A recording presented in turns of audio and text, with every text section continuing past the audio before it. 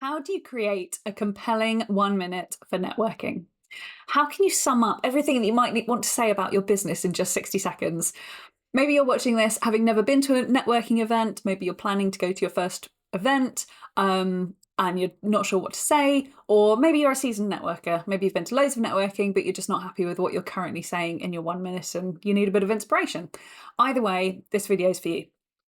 I'm Ros Conkie, and I'm going to walk you through the process of creating a compelling 1 minute for networking. So, just before we start, it's often called a 1 minute pitch, but it's not a pitch. It's very unlikely you're going to sell any products or services straight from your 1 minute without any follow up at all. So, let's end that thinking right now. What you're really trying to do is encourage people to start a conversation with you after the meeting, perhaps. You might want people to hear your 1 minute and think, "Oh, that sounds interesting. I'll book a one-to-one with them. They might be able to help me, or I might know someone who'd be a good connection for them, or it sounds like we might work with similar people, so maybe we can cross-refer." So that's your goal for your 1 minute: is to pique people's interest and encourage them to start a conversation with you. You're not trying to sell straight from your 1 minute. So now we've got that clear. Let's get started. My background's in engineering. I started my career as a design engineer in a robotics company before I ended up in marketing. And so I like to think about marketing as a machine that is churning out long-term loyal customers. And your marketing activities are all the different components of your marketing machine, and they all need to be working efficiently to make it as easy as possible for your customers to buy from you. The mistake people make is they look at marketing as if it's one thing that's either working or not working, when really it's a machine made of many cogs, some of which are working really well, and some may need a bit of grease or re-engineering, or maybe they're missing entirely. A marketing activity like networking isn't one thing either. It's many different things. And I want you to think of these elements, these different things as elements, as cogs in your marketing machine. And even your 1 minute isn't one thing either. It's got many different elements to that as well. So today I'm going to show you the 6 things that you need to include in your marketing messaging, and I'm going to give you a framework for how you can wrap them all up in 1 minute for when you go networking. You'll need a piece of paper or a notebook to write some things down while we go through. So grab that now if you don't have it to hand, because you're going to write your new 1 minute now. First, I want to get you thinking about your ideal customer. The reason I start with your ideal customer is because this is the person you want to attract to your business, the person that we want our network to be on the lookout for, and when they meet them, to send them our way. So who is your ideal customer? Sounds like quite an easy question, doesn't it? Most people think it's quite easy, but when I ask this question, the answer I most often hear is anyone. Sometimes it's, all women, or all small business owners, or all HR directors, or, I mean, there are, let's take small business owners as an example. I think there are about 5.5 million small businesses in the UK. So maybe that's specific enough. Well, let's explore this. So you need customers who, first of all, need your product or service. You need customers who have the budget to spend on what you're offering. You need customers who are profitable for you. You need customers who are going to be energizing to work with, who you're really going to enjoy working with. You don't want to attract customers who are just going to drain your resources. You want customers who are energizing. And you want customers who are going to get lots and lots of value for money from what you're offering, because they're the ones that go out and tell all their friends about you, because they're getting so much value from what you're offering. So the first thing I want you to do is put your pen down. If you've got a pen or pencil in your hand, just put that down and just close your eyes and picture your perfect customer, the person who's just ideally matched to benefit most from your products or services. If you're already working with a dream client or someone you just love to clone, picture them. And if not, try and imagine the person that, if they walked into the room at networking, you'd just climb over everyone else to speak to them, because they're such a perfect fit for what you do. If you work with a few different types of people or different markets, pick one for this exercise. Once you've been through this process for one market, you can go back through it again for other markets, but it's really confusing to try and do it for more than one at a time. So pick one person who you really want to attract to your business, and focus on them. Have you got that person in mind? Okay, write down a brief description of them now. Their name, a few important characteristics, the things that someone else could recognise. Like how could I recognise that person?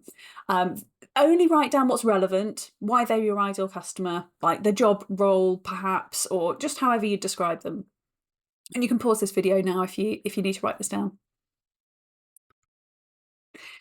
Next, write down the problem that you solve for them. So what exactly is the problem you solve for your customers? Again, put yourself in your customer's shoes. Before they buy from you, what are the challenges that they're facing? And how do they feel about this? So if you're thinking about someone that you're already working with or someone you have worked with, I want you to imagine a clone of them that's never met you before. What before they buy from you or before they work with you, what do they have? Or what do they not have because they haven't worked with you yet? How are they feeling about it? Why is their life miserable without you? I want you to write down the doom and gloom of life before you. Write it all down now. Again, you can press pause here if you need a few minutes to write down your ideas. Next, we're going to think about what I like to call sparks. Those moments that might trigger someone to realise that they need to fix this problem that you've just written down. So what might they see or hear or feel that would just spark them to think, oh, I need whatever it is that you offer? Sometimes it's a conversation with someone where, someone says something to them and they think, oh, yeah, okay, I've got a problem here. I need to fix this. Sometimes it's a situation that they find themselves in where they suddenly think, oh, I can't go on like this anymore. I've got to do something about this. Sparks are like mini stories, and you might think of lots of them for your customers. So write down the situations or, think any sparks that might trigger someone to realise that they need what you offer. Again, you can press pause here if you need to. Okay.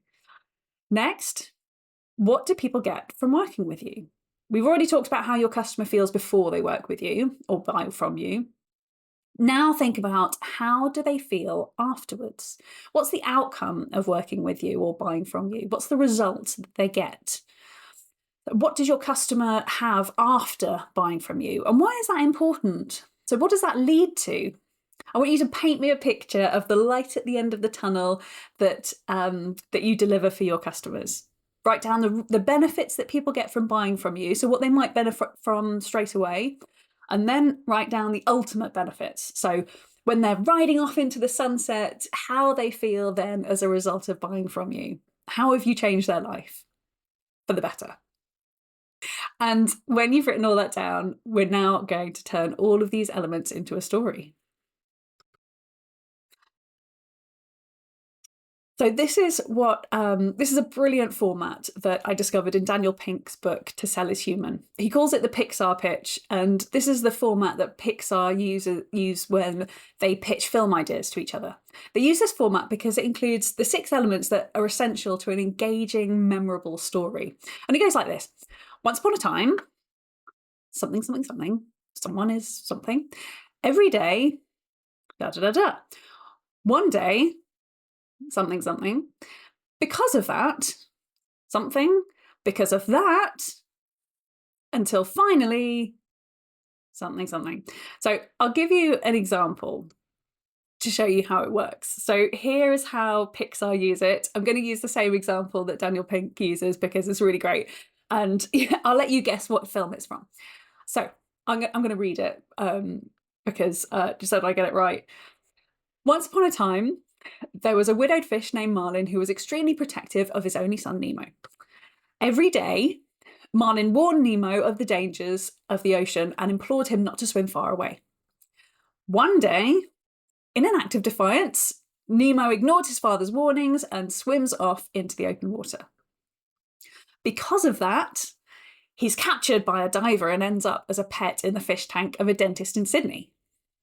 Because of that, Marlin sets off on a journey to recover Nemo, enlisting the help of other sea creatures along the way. Until finally, Marlin and Nemo find each other, reunite, and learn that love depends on trust. I love Finding Nemo. It's such a great film.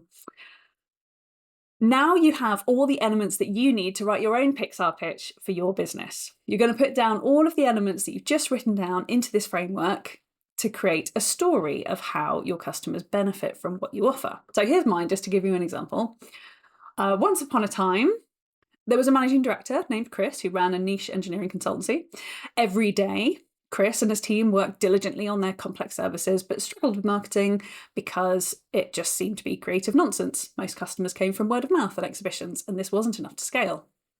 One day, a business coach asked Chris, how much have you spent on marketing and how much are you getting back in sales? He realised he had no control over his lead generation and had no idea how his marketing spend was leading to sales. Because of that, Chris decided he needed a structured marketing approach to deliver consistent leads and sales. He began working with the Marketing Machine Works team, learning to target ideal customers, improve brand awareness, and effectively explain their niche services. Because of that, they built solid marketing foundations and established a regular marketing rhythm that drove leads.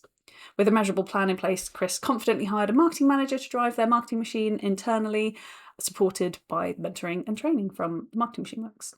Until finally, Chris saw tangible results on his bottom line, the business grew, his employees thrived, and his marketing manager grew into a marketing superstar. Chris now had the headspace to drive the business forward, making strategic decisions with a clear path to scaling.